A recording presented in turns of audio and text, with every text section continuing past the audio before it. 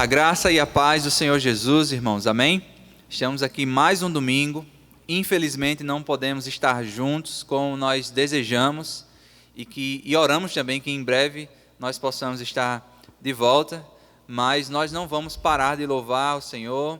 No dia do Senhor estamos aqui reunidos mais uma vez e eu queria começar lendo o texto, o Salmo de número 98, enquanto você abre a sua Bíblia, do Salmo de número 98, eu convido você a buscar um momento de reverência ao Senhor, um momento de se concentrar também nos cânticos, tanto nos cânticos quanto no momento da palavra. Convido você a buscar o melhor ambiente possível para isso, se é na sala da sua casa, onde você consiga adorar o Senhor e escutar da sua palavra também e ser transformado por sua palavra. Vamos ler o Salmo de número 98, que diz assim: Cantem ao Senhor um novo cântico, pois Ele fez coisas maravilhosas. A sua mão direita e o seu braço santo lhe deram a vitória. O Senhor anunciou a sua vitória e revelou a sua justiça às nações. Ele se lembrou do seu amor leal e da sua fidelidade para com a casa de Israel. Todos os confins da terra viram a vitória do nosso Deus. Aclamem o Senhor, todos os habitantes da terra. Louvem-no com cânticos de alegria e ao som de música. Ofereçam música ao Senhor com a harpa e ao som de canções, com cornetas e ao som da trombeta. Exultem diante do Senhor, o Rei. Ressoe o mar e tudo o que nele existe, o mundo e os seus habitantes. Batam palmas os rios e juntos cantem de alegria os montes. Cantem diante do Senhor, porque Ele vem julgar a terra, julgará o mundo com justiça e os povos com retidão. Amém. Convido você agora a louvar o Senhor junto conosco.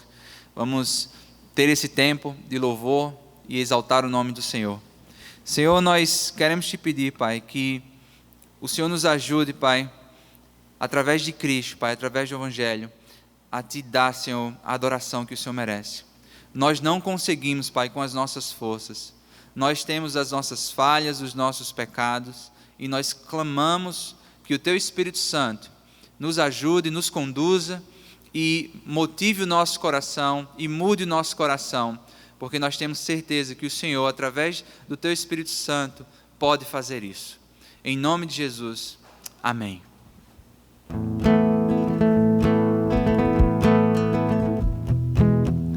Castelo forte é o nosso Deus, espada e bom escudo,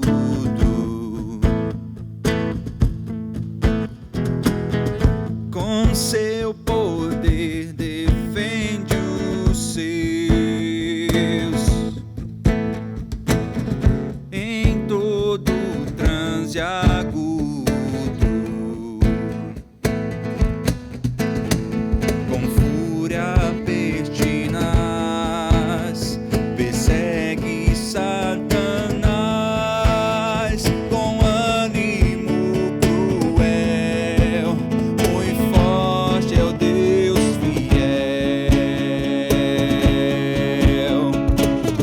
igual não há na terra.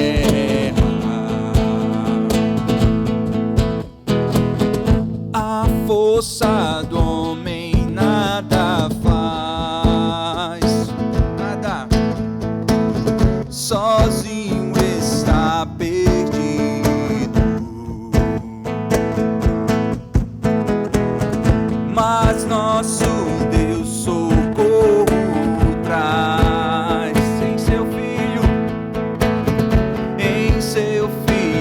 escolhido.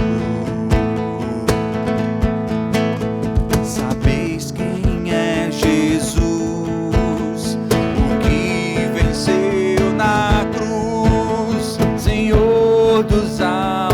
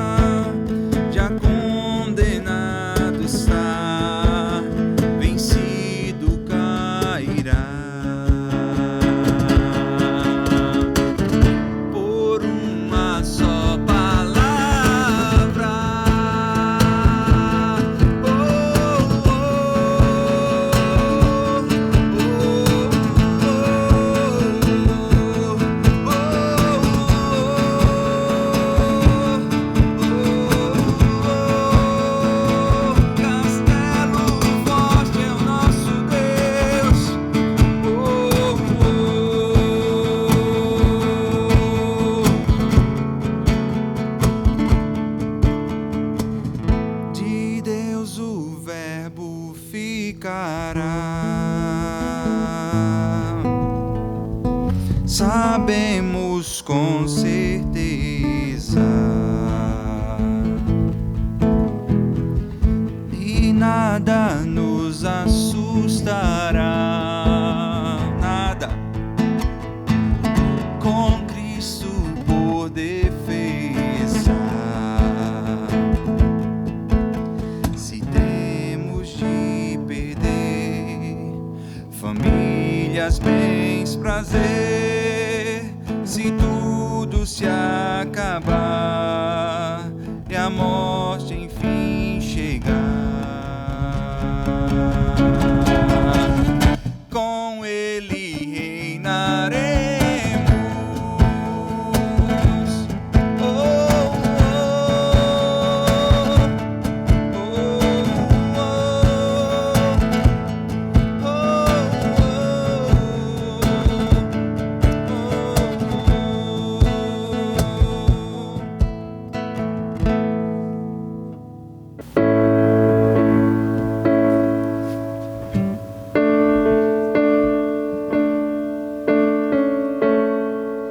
vamos engrandecer o nome do Senhor.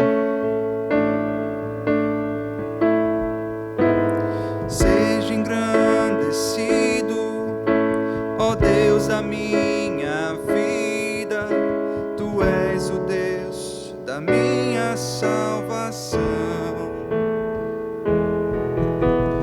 És a minha rocha, a minha segurança, meus lábios sempre te exaltarão. Seja engrandecido, seja engrandecido, ó Deus da minha vida, Tu és o Deus da minha salvação. És a minha rocha, a minha segurança, meus lábios sempre te exaltarão. Aleluia, te louvo, pois sei que sobre todos és Senhor. Aleluia, te louvo, pois sei que sobre todos és Senhor. Seja engrandecido, seja engrandecido, ó Deus da minha vida, Tu és o Deus da minha salvação. És a minha rocha, a minha segurança, meus lábios sempre te exaltarão. Aleluia, te louvo, pois sei que sobre todos és Senhor. Aleluia, te louvo, pois sei que sobre todos és Senhor. Aleluia, aleluia, aleluia, louvemos ao Senhor. Aleluia, aleluia, aleluia, louvemos ao Senhor.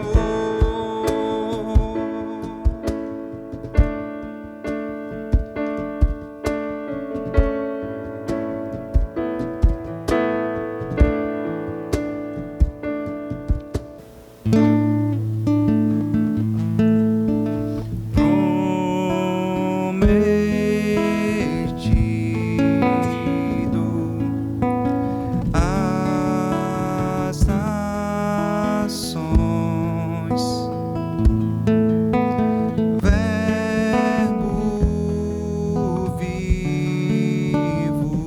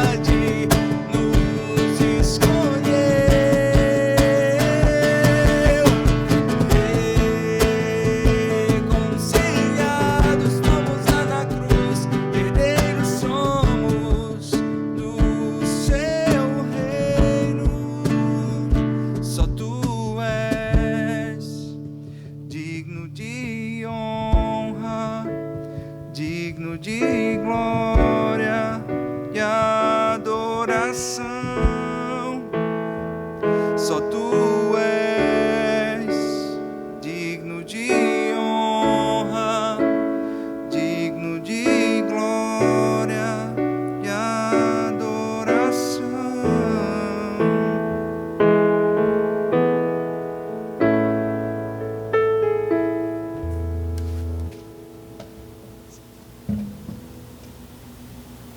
O nosso Senhor é o único digno de ser adorado e de ser louvado.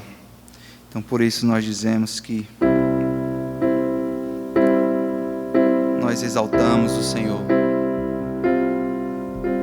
ao único que é digno de receber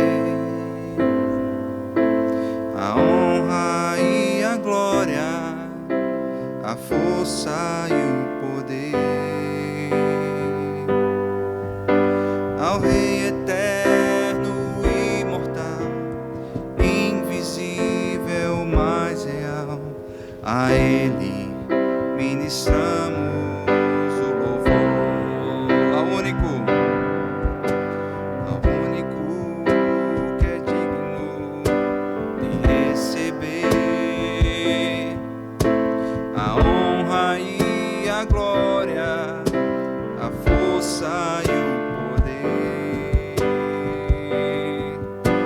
Ao Rei eterno, imortal, invisível, mais real, a Ele ministramos o louvor. Nós te exaltamos, exaltamos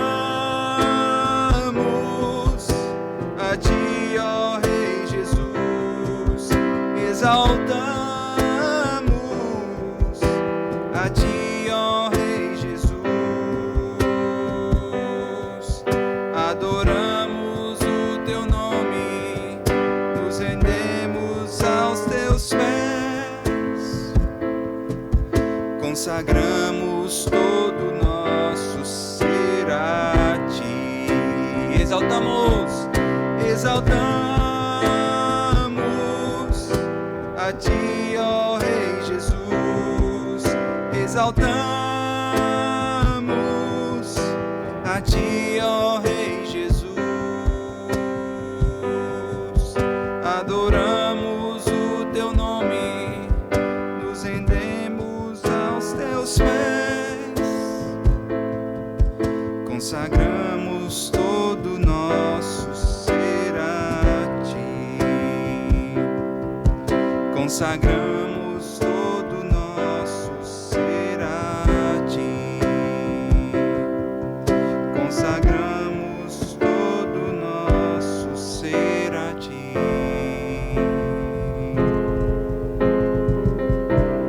Te exaltamos, Senhor.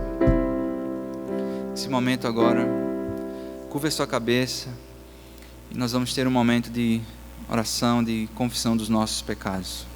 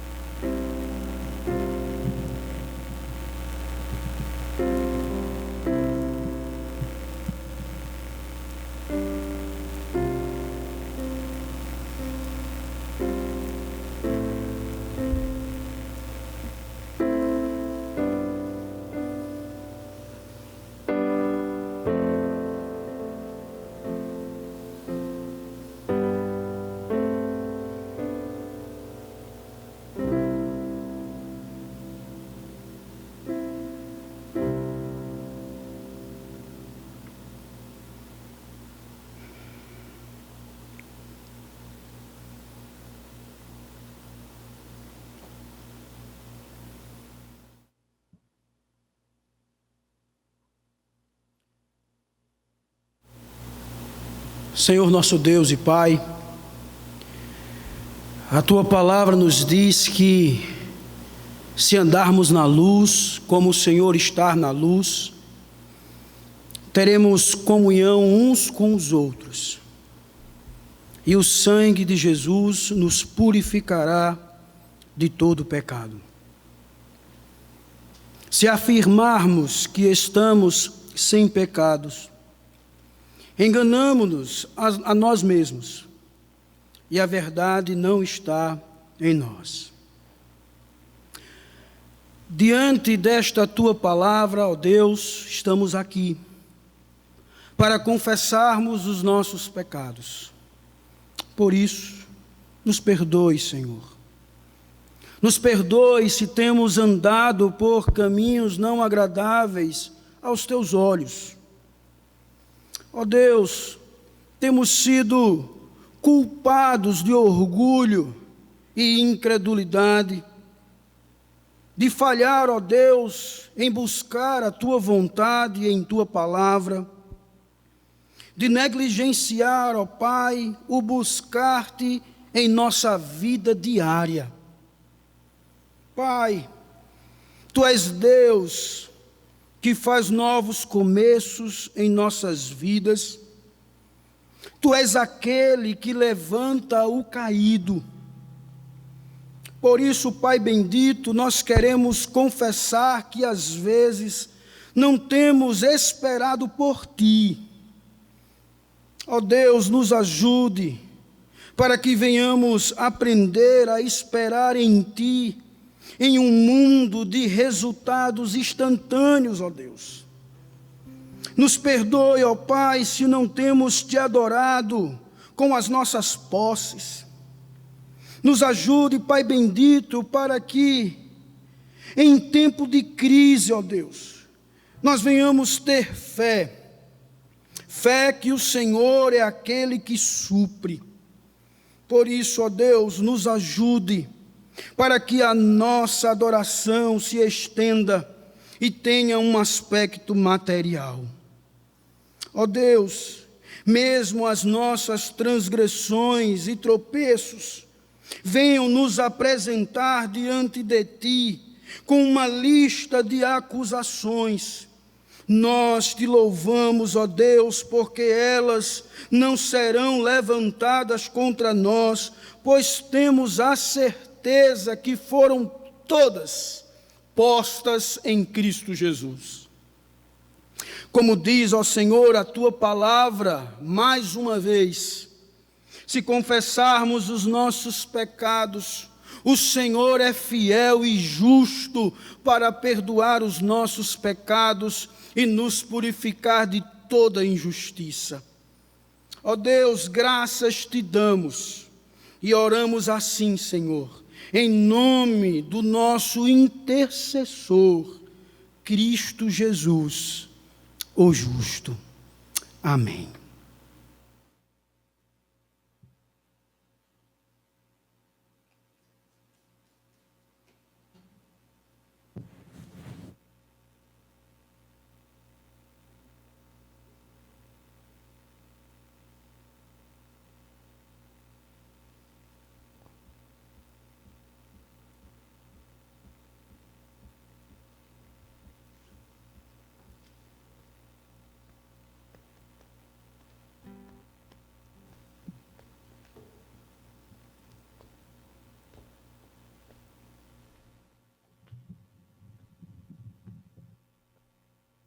Queridos irmãos, graça e paz, eu espero que vocês estejam bem, seguros, saudáveis e principalmente firmes na fé e no Evangelho do Senhor Jesus Cristo. Eu quero rapidamente fazer 2 avisos, chamando sua atenção para aquilo que estamos vivendo ou estamos para viver.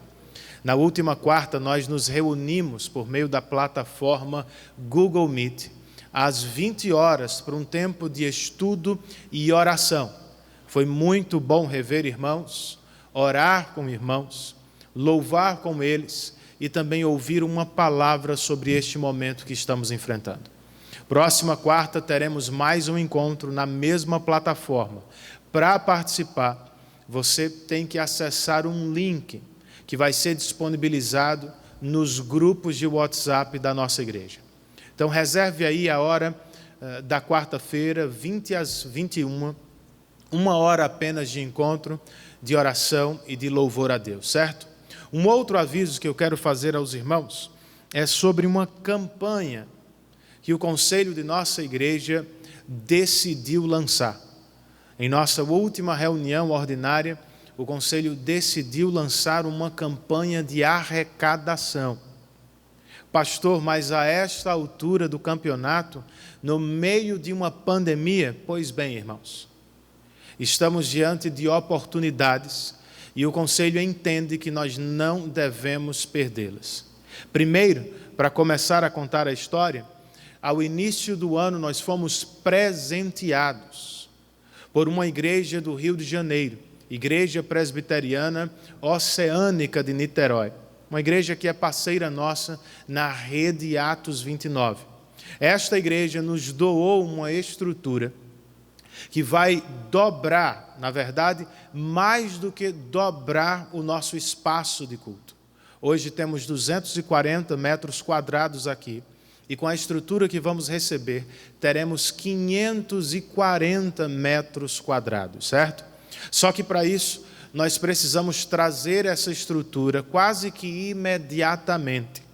Por isso, então, pensamos em lançar esta campanha. Além desta estrutura que recebemos de presente, irmãos, fôssemos comprá-la, nós teríamos que gastar hoje, a preço de hoje, uns R$400 mil. Além deste presente, nós encontramos um terreno, o dobro deste nosso aqui da Acre, bem próximo à igreja, pelo mesmo valor que pagamos aqui. Ele já tem um prédio com 10 salas, 11 salas na verdade, e um espaço no térreo que pode nos dar mais 10 outras salas. Há este prédio e um terreno amplo para a instalação desta estrutura. Então, este terreno não vai ficar disponível por muito tempo. Nós precisamos nos aproveitar desta oportunidade. E além disso, irmãos, nós temos o término de contrato aqui na Acre.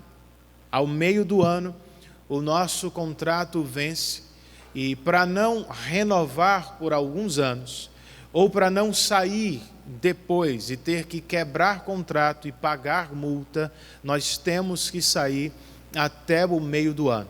Máximo mês de julho. Então, percebam, eu sei que não é a melhor época aos olhos dos homens, mas oportunidades nos bateram à porta e nós não queremos deixá-las passar. Então, por isso nós decidimos fazer esta campanha e temos por alvo para fazer esta mudança e a instalação dessa estrutura R$300 mil. Vamos fazê-lo de várias maneiras. Eu já comecei a fazer captação externa, alguns outros irmãos vão nos ajudar também, mas é claro, nossa igreja precisa participar. Algumas igrejas irmãs, amigos, membros que já não estão mais conosco, que se mudaram, já começaram a nos ajudar. Mas nós precisamos participar todos juntos. Então a ideia, irmãos, é que pelos próximos 3 meses, cada membro dê um pouco mais do que seu dízimo.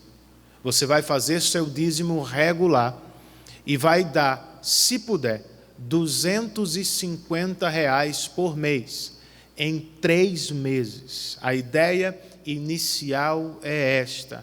Ah, pastor, eu não posso fazer esta oferta para além do meu dízimo. Eu entendo, faça o que você puder. Há outros irmãos, no entanto, que podem fazer até mais. E se estava esperando por uma oportunidade para investir mais, esta oportunidade chegou. Abrace-a conosco, invista em sua igreja local e vamos ter fé, irmãos, que no início do 2º semestre nós teremos uma nova e maior casa, pensando primeiro na nossa própria igreja. Nós queremos servir melhor nossos irmãos, nossas crianças, nossos jovens e adultos. Posteriormente, obviamente, Deus permitindo, a igreja terá espaço para crescer e receber mais pessoas. Então, eu quero lhe pedir que você ore com seriedade a Deus sobre isso. Quero pedir que você converse em casa e tome a decisão de participar conosco desta campanha. Vamos fazer isso? Vamos orar por isso, orar por nossa igreja, colocar nossos pedidos nossa gratidão perante o Senhor. Curve a sua cabeça onde você está, feche os seus olhos e esteja em oração comigo mais uma vez. Senhor, nós te louvamos, pois tu és Deus bendito, feliz em si mesmo e fonte de toda a alegria de teu povo. O Senhor nos criou e o Senhor nos sustenta até hoje. O Senhor nos salvou e continua a nos perdoar até agora. Por isso, qualquer que seja a nossa crise, nós temos certeza, tu podes nos socorrer e nos satisfazer. Por isso nós nos aproximamos de ti neste dia que se chama pelo teu nome, para louvar-te e para colocar diante de ti ações de graça e petições. Como igreja, nós queremos te agradecer por esta dádiva que recebemos da Igreja Presbiteriana de Niterói. Muito obrigado por aqueles irmãos, pelos membros daquele conselho que se lembraram de nós e que partilharam conosco. Que o Senhor siga abençoando-os, que eles sejam prósperos e sempre abundantes na tua obra. Te agradecemos também, ó Deus, pela vida de Mateus e Maria Eduarda, que na última quinta se uniram em matrimônio perante o Senhor. Eles foram ao teu altar, pois sabem que sem ti eles nada podem fazer. Por isso nós pedimos que a tua boa mão esteja sobre eles, que esses jovens sejam sal da terra e luz no mundo para o louvor da tua glória. Ainda em oração, Senhor, nós queremos rogar pela vida do nosso irmão Ramon, que na última segunda-feira perdeu a mãe. Teu servo certamente está sofrendo. Ele e Dona Lúcia eram muito apegados. Mas eu te rogo, toda a igreja te pede, consola e conforta o coração do nosso irmão. Que ele se alegre com o dever cumprido, pois cuidou de sua mãe até o último dia. E que ele também seja agradecido a ti, por tudo que recebeu e aprendeu com ela. Oramos ainda, ó Deus, pelos enfermos de nossa igreja, por nossos amigos, irmãos e familiares que se acham doentes. Tenha misericórdia deles. Estende tua boa mão sobre eles, preserva-lhes a vida, restaura-lhes a saúde, segundo a tua vontade e para o louvor da tua glória. Oramos ainda, Senhor, por esta crise que enfrentamos. Se olhamos para a saúde, temos medo do colapso. Mas se olhamos para a economia, ó Deus, temos medo do que enfrentaremos. Tem misericórdia de nós. Como fizestes com as águas do dilúvio, ó Deus, sopra sobre este vírus e leve-o embora, por favor. Até lá, guarda-nos, preserva a nossa fé, que estejamos firmes e fortes no Senhor. E agora que vamos colocar diante de ti os nossos recursos, ajuda-nos a fazê-lo em obediência à tua palavra. O Senhor espera que o façamos, mas também em fé, crendo que o Senhor seguirá cuidando de cada uma das nossas necessidades. Oramos, ó Deus, em nome de Jesus. Amém.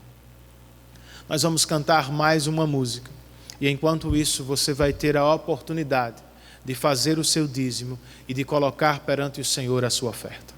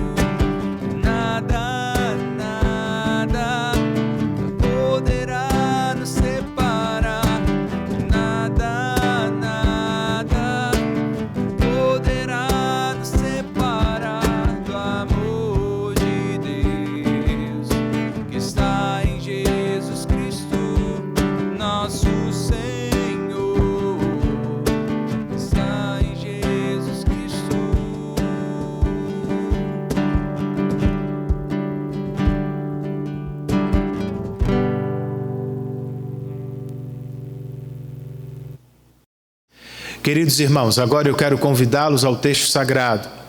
Abra comigo, por favor, em Gênesis, capítulos 8 e 9. Nós vamos estudar do verso 1 do capítulo 8 ao verso 17 do capítulo de número 9. Gênesis 8 e 9.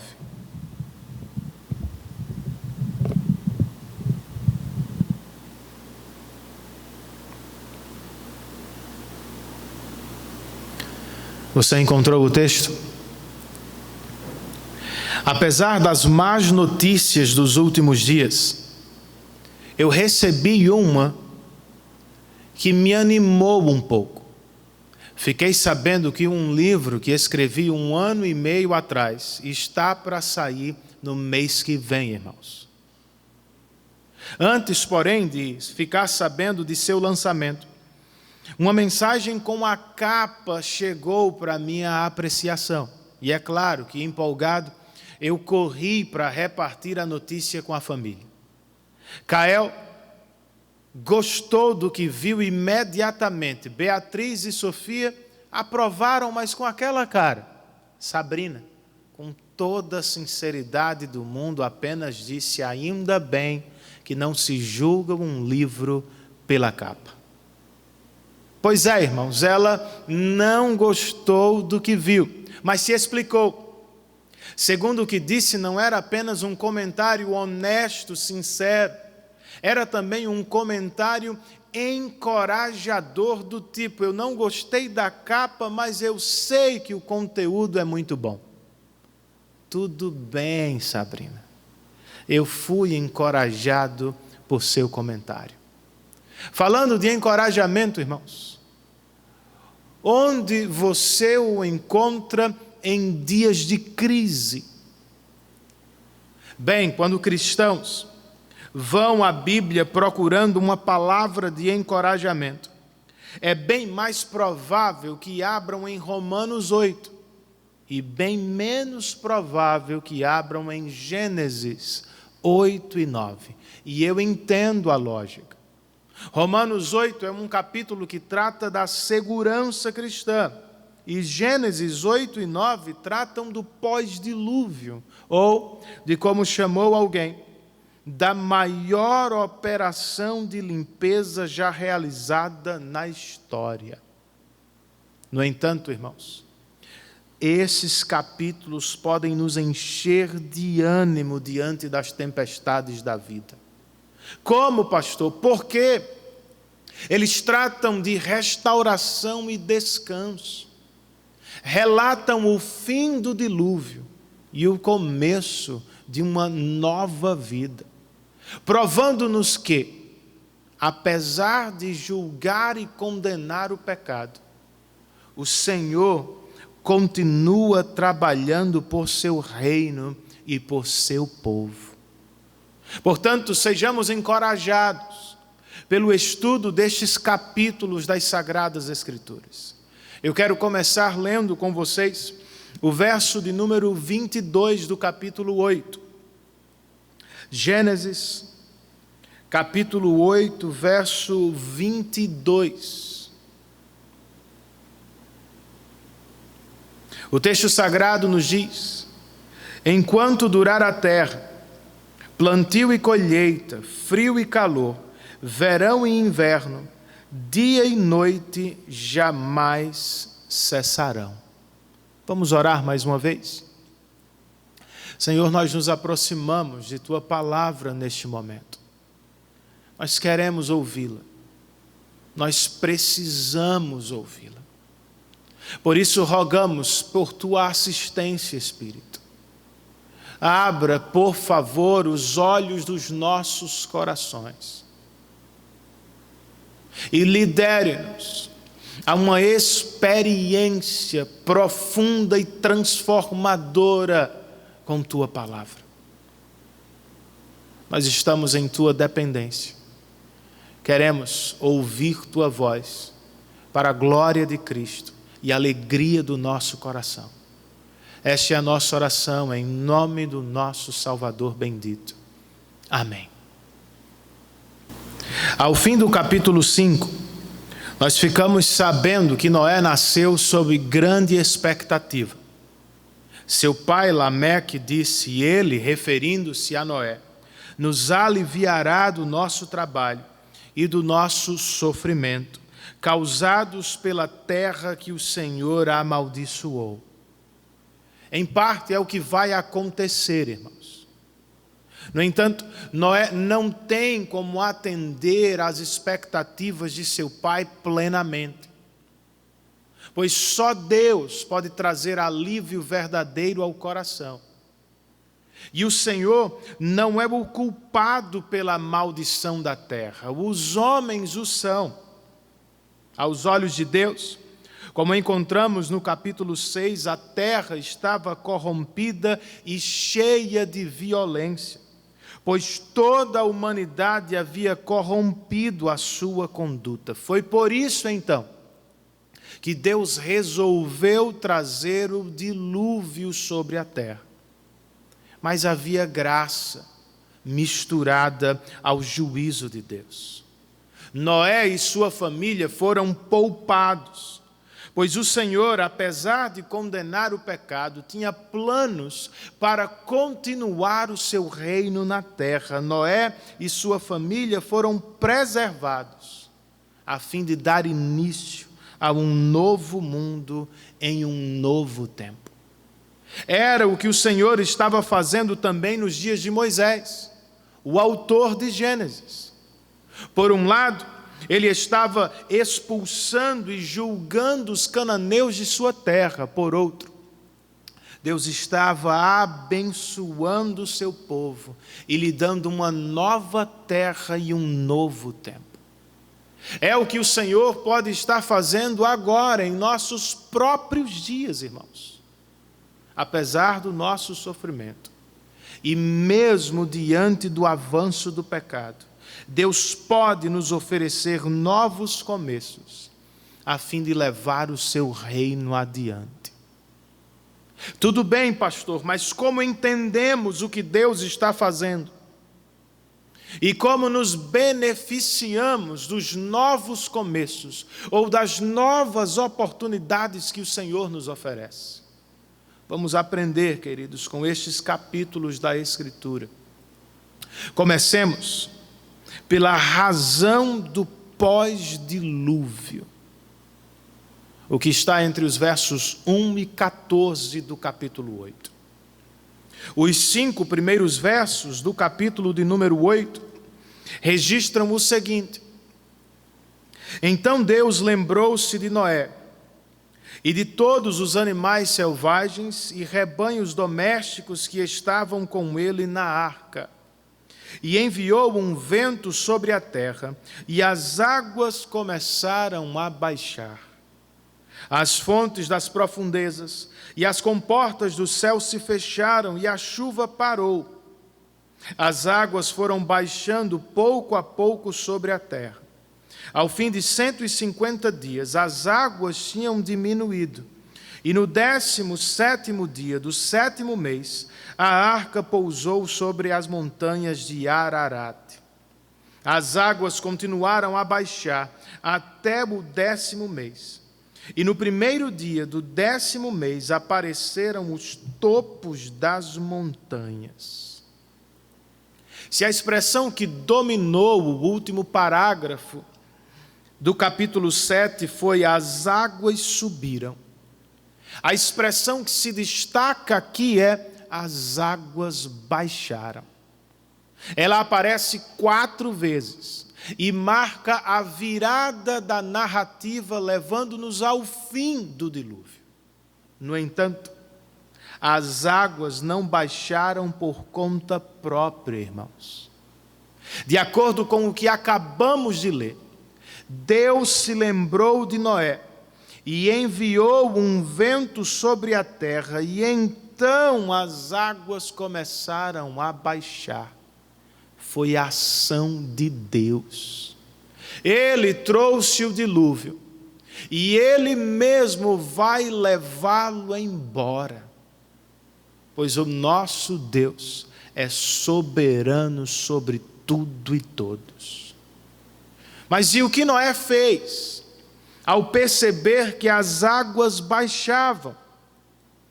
Entre os versos 6 e 12, Moisés escreve: passados 40 dias, Noé abriu a janela que fizera na arca, esperando que a terra já tivesse aparecido. Noé soltou um corvo, mas este ficou dando voltas. Depois soltou uma pomba para ver se as águas tinham diminuído na superfície da terra. Mas a pomba não encontrou lugar onde pousar os pés, porque as águas ainda cobriam toda a superfície da terra, e por isso voltou para a arca a Noé. Ele estendeu a mão para fora, apanhou a pomba e a trouxe de volta para dentro da arca. Noé esperou mais 7 dias e soltou novamente a pomba. Quando voltou ao entardecer, ela trouxe em seu bico uma folha nova de oliveira. Noé então ficou sabendo que as águas tinham diminuído sobre a terra. Esperou ainda outros 7 dias e de novo soltou a pomba, mas dessa vez ela não voltou. De tudo o que lemos, queridos, eu quero fazer apenas um destaque. Noé, muito antes do que chamamos de modernidade, estava praticando um método científico. Sim, ele levantou uma hipótese: a terra está seca.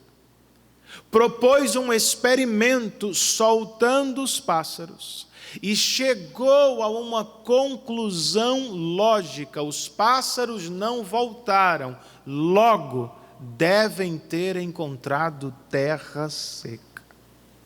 E então você pensa, Noé vai descer da arca. Não, ainda não.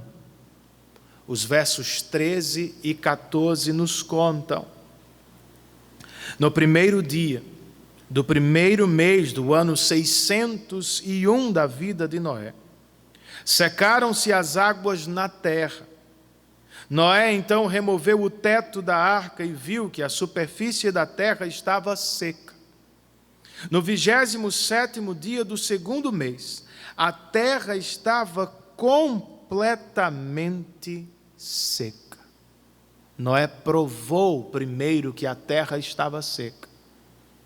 Noé removeu o teto da arca e viu com os próprios olhos que a terra estava completamente seca. Ainda assim, ele não saiu da arca. Por quê, irmãos? Foi Deus quem lhe disse quando entrar, e será Deus quem vai lhe dizer quando sair.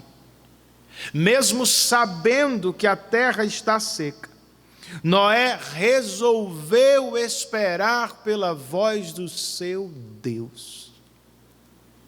Será que é como vivemos? Você tem o costume de esperar por Deus?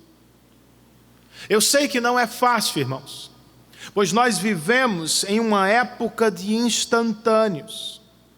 Comida, café, fotos e repetições na TV são instantâneos. Você os consegue com apenas um clique. Como então aprendemos a esperar em Deus em uma época de resultados instantâneos? Lembremos-nos, queridos, na economia de Deus, as coisas nem sempre se movimentam tão rápido quanto esperamos. O Dr. Sinclair Ferguson escreve: Deus também tem propósitos para cumprir em nós. Sua vontade há de ser operada em nós e não somente revelada a nós. Seu objetivo, continua ele, não é apenas nos levar deste para aquele ponto. Seu objetivo é nos santificar, a fim de que sejamos exemplos vivos de sua vontade na terra. É como funciona, amigos. Agora, enquanto esperamos por Deus, como Noé, nós podemos pensar, podemos discutir, devemos ponderar sobre a vida. Não é pecado usar a mente para considerar opções ou ponderar acerca das circunstâncias. Nossa confissão de fé, por exemplo, nos diz que algumas questões não reveladas na Bíblia precisam ser avaliadas pela luz da natureza e pela prudência cristã, tudo segundo a regra geral da palavra. Em outras palavras, nós precisamos perguntar, diante de algumas opções ou questões da vida, é lícito ou não, segundo a Bíblia? Será benéfico ou prejudicial para a minha vida? Será útil ou perigoso para a minha família e os meus irmãos? Das opções que tenho, qual delas pode trazer mais glória para Deus? Em vez de depender de sinais extraordinários, Deus espera que você faça uso de sua mente. Que considere, que discuta, que pondere. Claro, tudo sob a liderança da sabedoria geral da palavra de Deus. Outra vez, nem sempre é fácil tomar as melhores decisões. Nem sempre é fácil esperar pela liderança do Senhor. Mas lembre-se, o Senhor jamais esquece os seus. Pense na situação de Noé e sua família na arca. Não há registro, irmãos, de que Deus tenha falado com eles dentro da arca. É provável que alguém tenha se sentido abandonado por Deus. Ou que alguém tenha perguntado, será que o Senhor nos esqueceu? De repente, porém, eles viram as águas baixando. E Moisés nos diz, Deus se lembrou de Noé. Meu irmão, você pode se sentir momentaneamente abandonado por Deus. Minha irmã, você pode sentir medo do que está vendo com os próprios olhos, mas não se deixe vencer pela incredulidade. Tome as rédeas de seu coração e lembre-se do que você sabe acerca do seu Deus. Ele continua no trono do universo e jamais esquece os seus. Foi o que fez o salmista. Na canção de número 42, primeiro ele perguntou, por que você está assim tão triste, a minha alma? Por que está assim tão perturbada dentro de mim? Logo depois ele mesmo se exortou. Põe a sua esperança em Deus. Eu ainda o louvarei, pois Ele é o meu Salvador e Senhor. É o que também precisamos fazer em tempos de crise, queridos. Lembrar acerca do nosso Deus. Pregar a palavra para o nosso coração. Era o que acontecia, eu acho, dentro da arca. E o que vem depois, Renan? Depois da razão do pós-dilúvio. Consideremos agora, irmãos, a adoração. A adoração do pós-dilúvio. Entre os versos 15 e 22 do capítulo 8.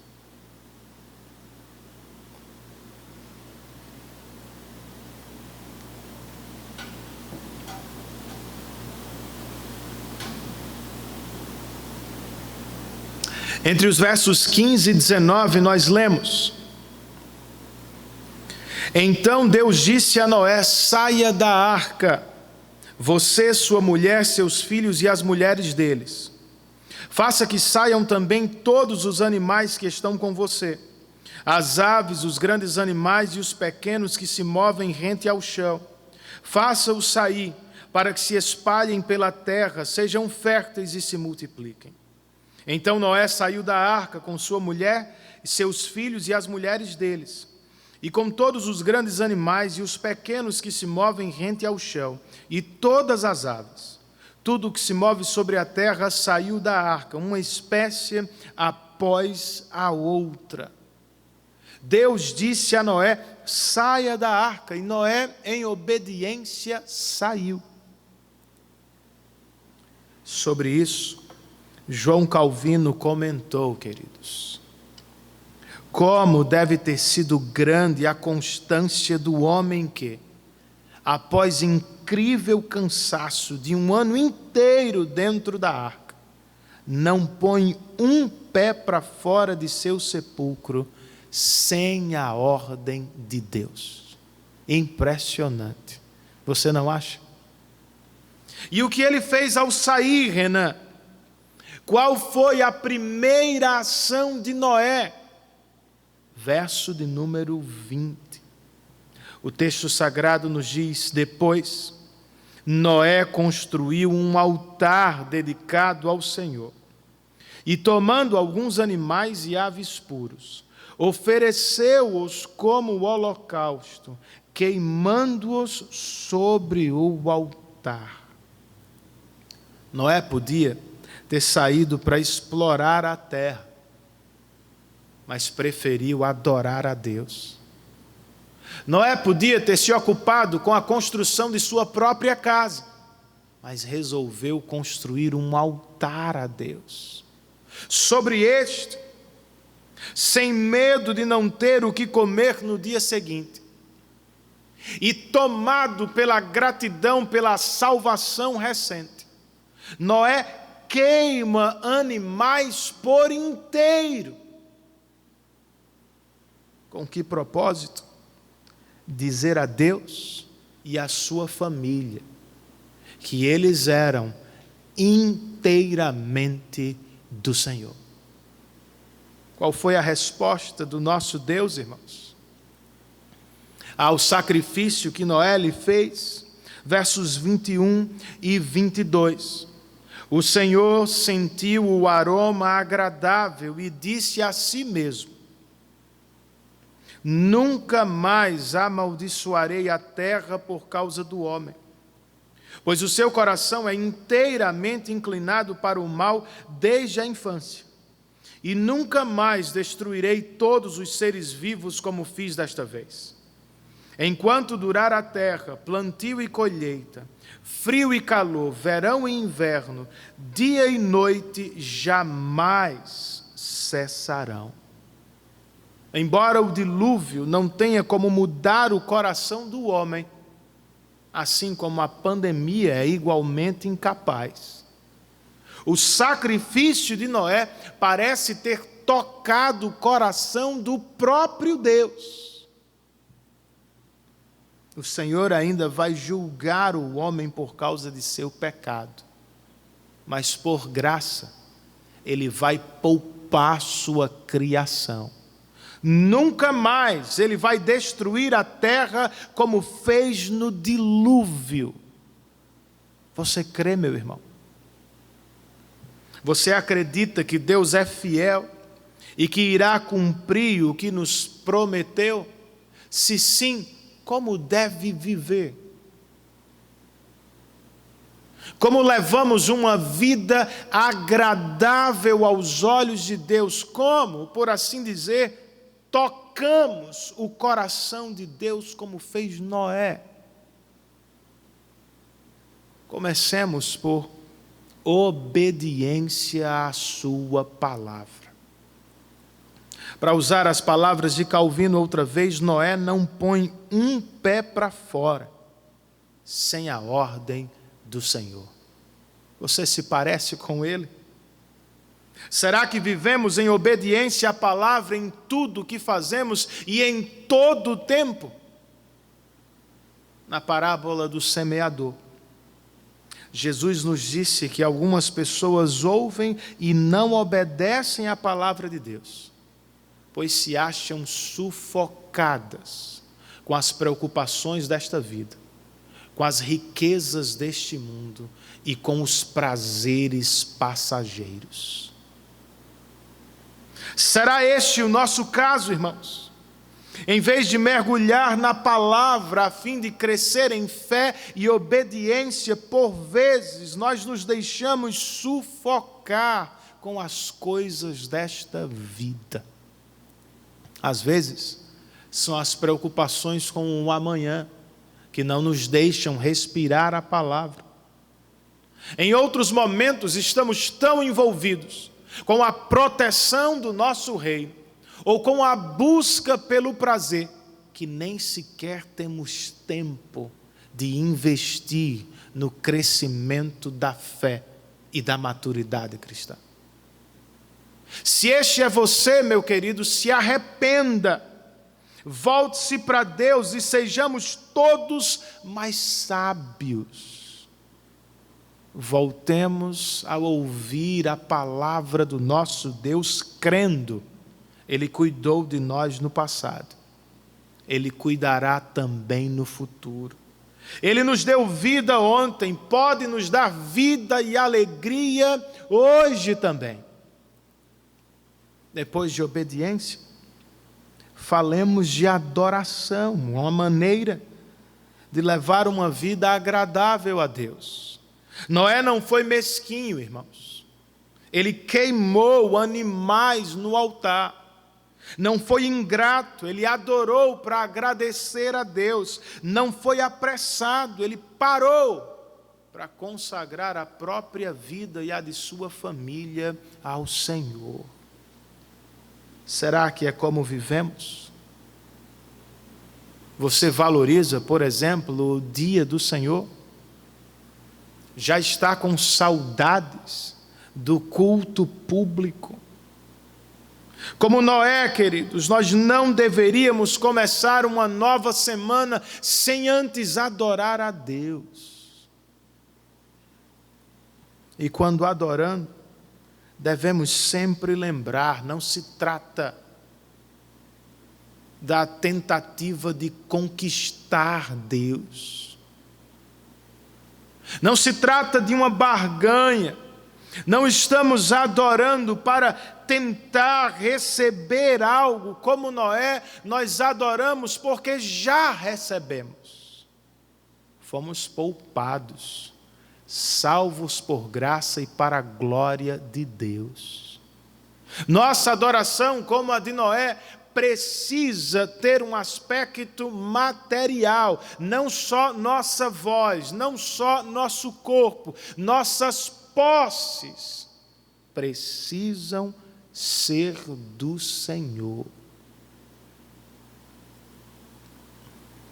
Como Noé, nós devemos ofertar o que temos a Deus.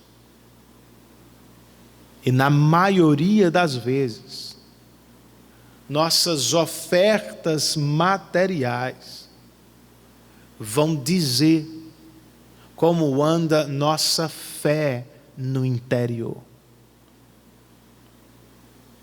Especialmente em tempos de crise. Nós podemos ofertar nossas posses ao Senhor, pois não precisamos ter medo do futuro. Deus cuidou de Noé na arca, cuidará de Noé na terra. Cuidou de mim e de você até aqui, seguirá cuidando até o fim.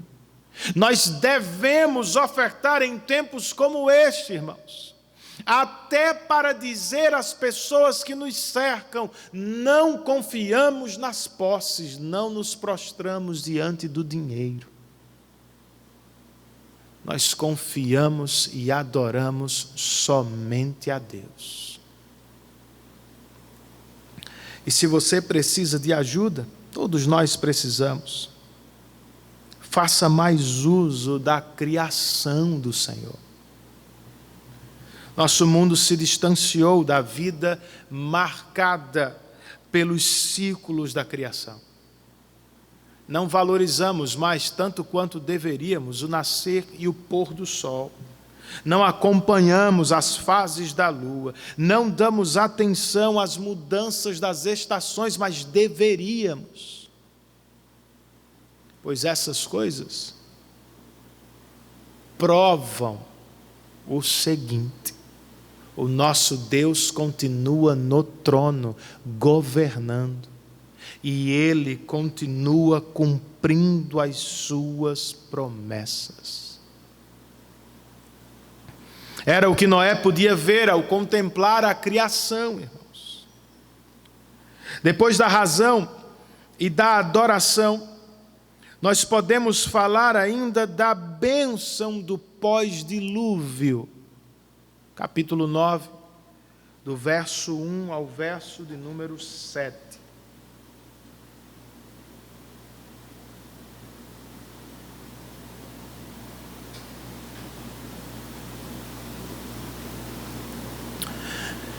O verso 1 do capítulo 9 nos diz: Deus abençoou Noé e seus filhos, dizendo-lhes: sejam férteis, multipliquem-se e encham a terra. O verso 7 do mesmo capítulo repete: vocês sejam férteis e multipliquem-se, espalhem-se pela terra e proliferem nela. Os dois versos, irmãos, formam o que chamamos de inclusio, uma moldura que destaca o tema da bênção e da vida. E os versos que estão entre eles falam de como esta vida será desenvolvida no pós-dilúvio. Os versos 2 e 3, por exemplo, nos falam da provisão para a vida. Eles registram: todos os animais da terra tremerão de medo diante de vocês. Os animais selvagens, as aves do céu, as criaturas que se movem rente ao chão e os peixes do mar. Eles estão entregues em suas mãos. Tudo o que vive e se move servirá de alimento para vocês. Assim como dei a vocês os vegetais, agora dou todas as coisas. Os amantes de churrasco precisam grifar este verso. Sim, não haverá mais plena harmonia na criação. Os animais terão medo de vocês. Vocês terão de caçá-los. Eles fugirão. Não será fácil. Mas haverá plena provisão para o florescimento da vida neste novo mundo. Depois de provisão, os versos 4 e 5 tratam de proteção à vida. O texto inspirado nos diz: mas não comam carne com sangue, que é vida. A todo aquele que derramar sangue, tanto homem como animal, pedirei contas. A cada um pedirei contas da vida do seu próximo. O problema, como alguns às vezes pensam, não é a carne mal passada, ou a galinha à cabidela, irmãos. O problema é comer um animal vivo. O homem, de acordo com o que lemos aqui, podem comer animais. Ou os homens, no caso, podem comer animais, mas não devem fazê-lo como se fossem animais. Por que não? Por respeito à vida e, mais ainda, respeito ao doador dela. Caso desrespeitem o doador e cheguem a derramar o sangue inocente, o próprio Deus vai pedir contas pelo acontecido. Como, irmãos? O verso 6 nos responde, quando registra: quem derramar sangue do homem, pelo homem seu sangue será derramado, porque a imagem de Deus foi o homem criado. Nestes versos, segundo alguns, temos a instituição do governo humano. Quem derramar sangue do homem, pelo homem seu sangue será derramado, isto é, Deus pedirá contas do assassino por meio das mãos de seu próximo. É o que também encontramos no Novo Testamento. Aos Romanos, o apóstolo Paulo escreveu: pratique o bem, e a autoridade o enaltecerá. Pois ela é serva de Deus para o seu bem, mas se praticar o mal, tenha medo, pois ela não porta a espada sem motivo. É serva de Deus, agente da justiça para punir quem pratica o mal. O mais importante, no entanto, não é a instituição do governo humano, é a razão para ela. Por que não podemos derramar o sangue do próximo? Porque precisamos defender a vida. Porque a imagem de Deus foi o homem criado. Tocar no homem é tocar em seu Criador. Tirar a vida de um homem ou de uma mulher é ultrapassar os limites mais sagrados, é brincar de ser Deus e é desprezar a imagem do Senhor no semelhante.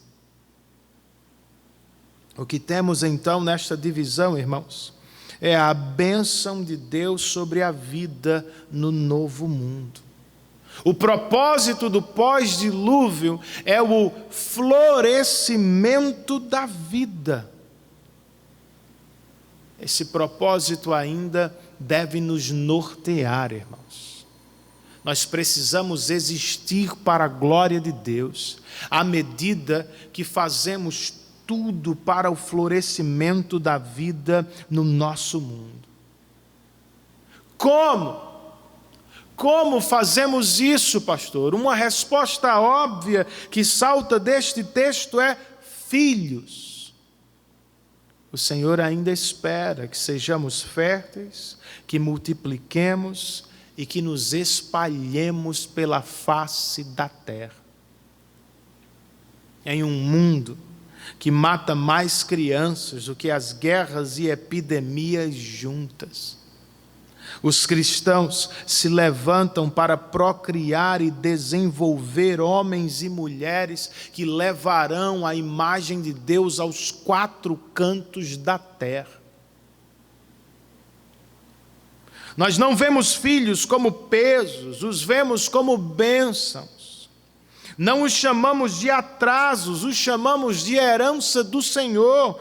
Não os temos por obstáculos, os temos como oportunidades de glorificar o nosso Deus ainda mais. É claro que precisamos ter filhos com responsabilidade. Não podemos fazê-lo sem o mínimo de estrutura ou planejamento, mas não deveríamos parar pelo medo do amanhã, pois foi Deus quem nos prometeu larga e contínua provisão. Você crê nisso? Ainda assim, se queremos o florescimento da vida, nós precisamos proteger e cuidar da criação. Agora, cuidar da criação não significa não cortar árvores, pois o próprio Noé deve ter cortado algumas para construir a arca. Cuidar da criação significa administrá-la de modo sábio e responsável. E percebam o seguinte: foi Deus quem poupou os animais com Noé e sua família. O que nos sugere que a extinção das espécies é algo desagradável aos olhos de Deus. Se Deus não as extermina, nós também não devemos fazê-lo. Ao contrário, precisamos preservá-las para o florescimento da vida e para a glória de Deus. Ainda mais importante, irmãos, é a proteção da vida humana. Por quê? Em um mundo que trata o ser humano ora como robô, ora como um Deus, nós precisamos lembrar e afirmar sempre, mesmo depois da queda, o homem continua portador da imagem de Deus. Matar uma criança, um homem, uma mulher, um idoso, não é apenas um crime contra a pessoa, ou contra a sua família, ou somente contra a sociedade dela. Trata-se de um pecado contra Deus. Os cristãos, portanto, devem estar na cabeça da luta em defesa da vida.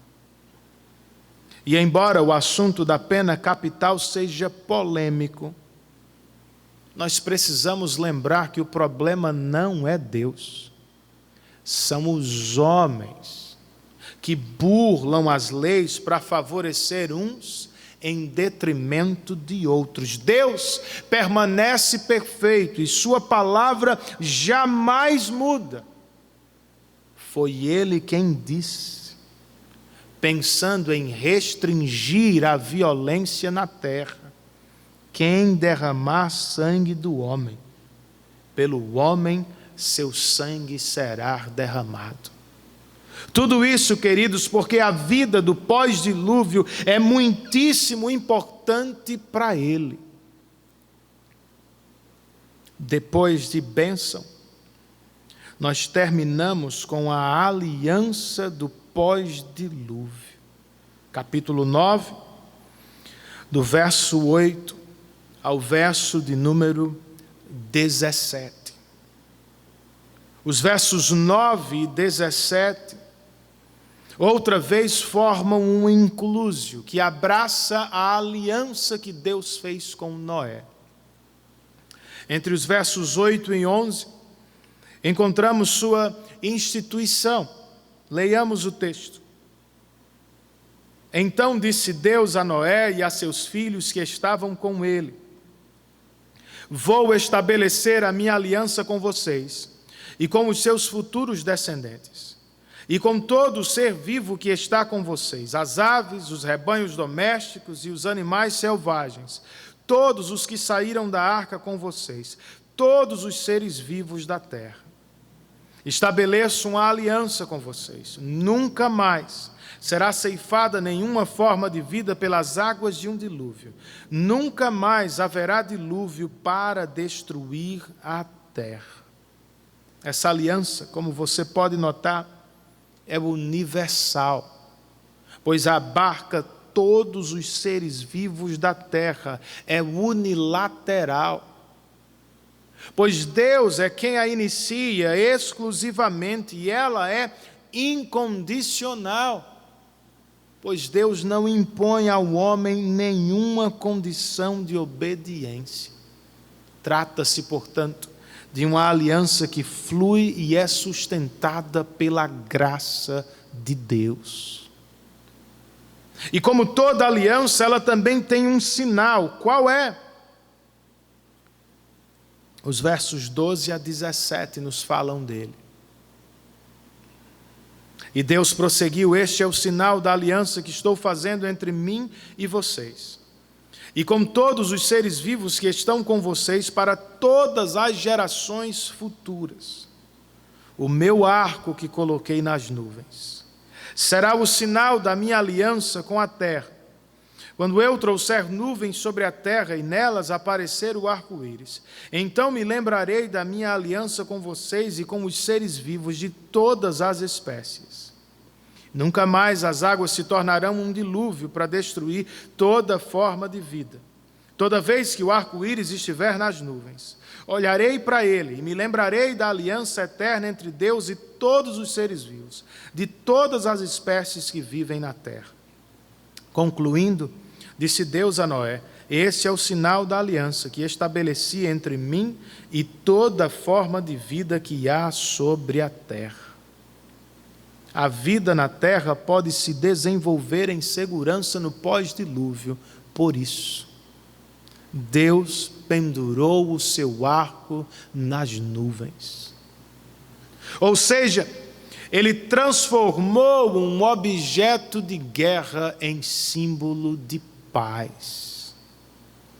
Como sinal da aliança, Deus está garantindo a Noé um novo começo em um novo tempo. A mensagem, irmãos, deve ter sido encorajadora para Noé. Certamente o foi para os leitores de Gênesis, os escravos hebreus. E é assim também que ela deve chegar aos nossos corações. 2 irmãos saíram do culto exatamente quando estava começando um forte temporal. Um deles perguntou: será que vai parar? O outro respondeu: até hoje sempre parou. Ele estava certo, irmãos. Temporais param e as tempestades sempre passam, pois o Senhor fez uma aliança conosco e Ele zela para cumprir com sua palavra. Nós precisamos descansar nesta verdade, irmãos. Devemos nos lembrar sempre, por causa de sua aliança, Deus está em paz conosco. Ele virou o próprio arco de guerra para os céus e por pura graça tomou sobre si o nosso castigo. Deus pode estar em paz conosco. Ele pode nos salvar do juízo vindouro. Por quê, Renan?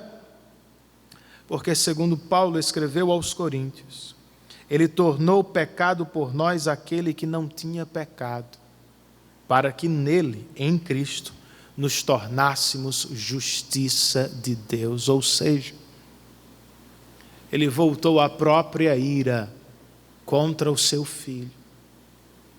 E em seu Filho, Ele nos poupou da condenação eterna. E o que Ele fez em Cristo para nos salvar da ira futura, tem o poder de nos fortalecer e nos encorajar dentro deste presente caótico que enfrentamos. Como? O apóstolo Pedro escreveu: Deus não poupou o mundo antigo quando trouxe o dilúvio sobre aquele povo ímpio, mas preservou Noé. Vemos, portanto, escreve o apóstolo, que o Senhor sabe livrar os piedosos da provação.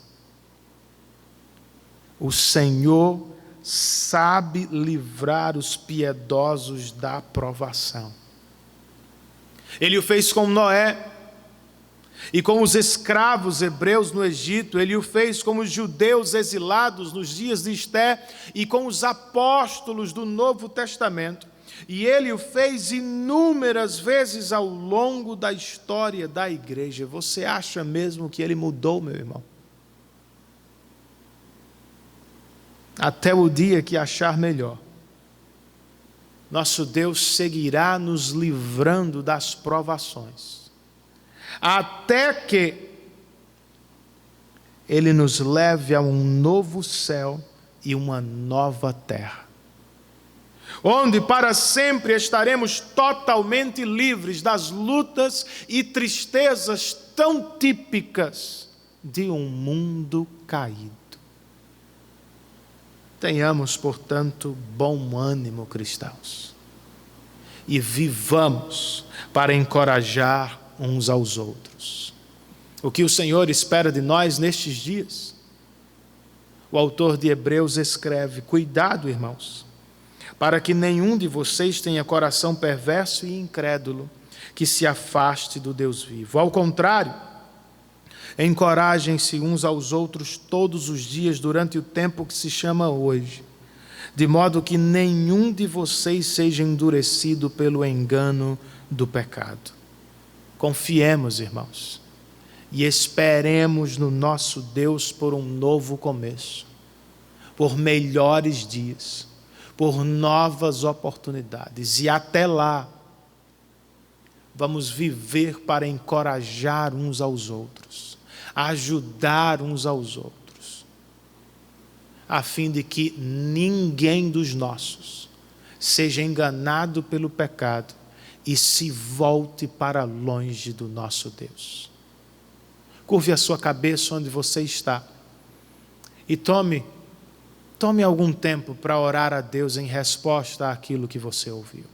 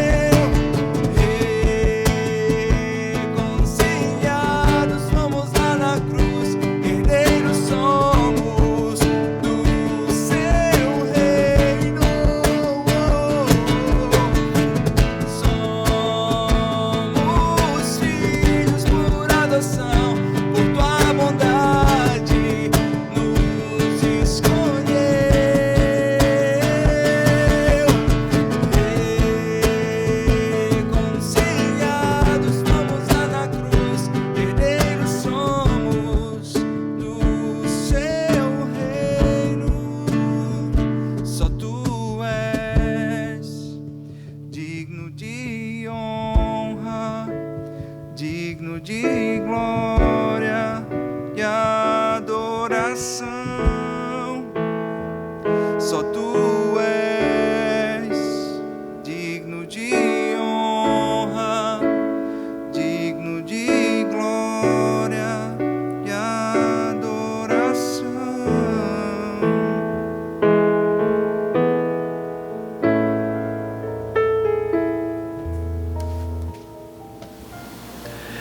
Senhor, nós queremos te render graças por este tempo de adoração em casa.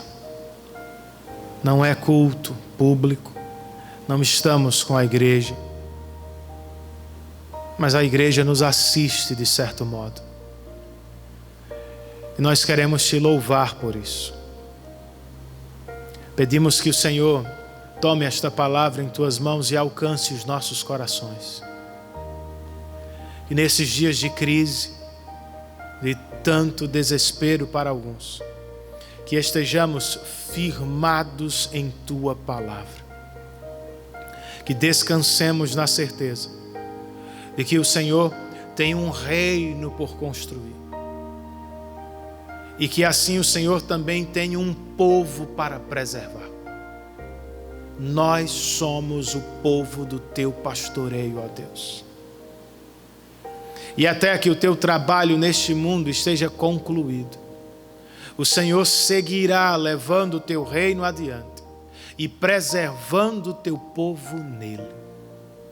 Muito obrigado por isso. Senhor, concede-nos uma semana sob a tua mão. Por favor, nos dê boas notícias e que estejamos seguros em ti, felizes em ti, satisfeitos em tudo que tu és e no que tu fazes por nós. Oramos assim, em nome de Jesus. E que o amor de Deus, nosso bendito Pai Celestial, que a maravilhosa graça de Cristo Jesus, nosso Senhor e Salvador, e as consolações, o poder e o cuidado do Santo Espírito de Deus estejam sobre todos nós, bem como sobre todos os nossos irmãos espalhados pela face da terra, desde agora e para todos sempre. Todos nós dizemos amém. Que o Senhor os abençoe, queridos, e que tenhamos todos uma ótima semana sob a mão dele, que vivamos em cada momento para o louvor e glória do nosso Deus.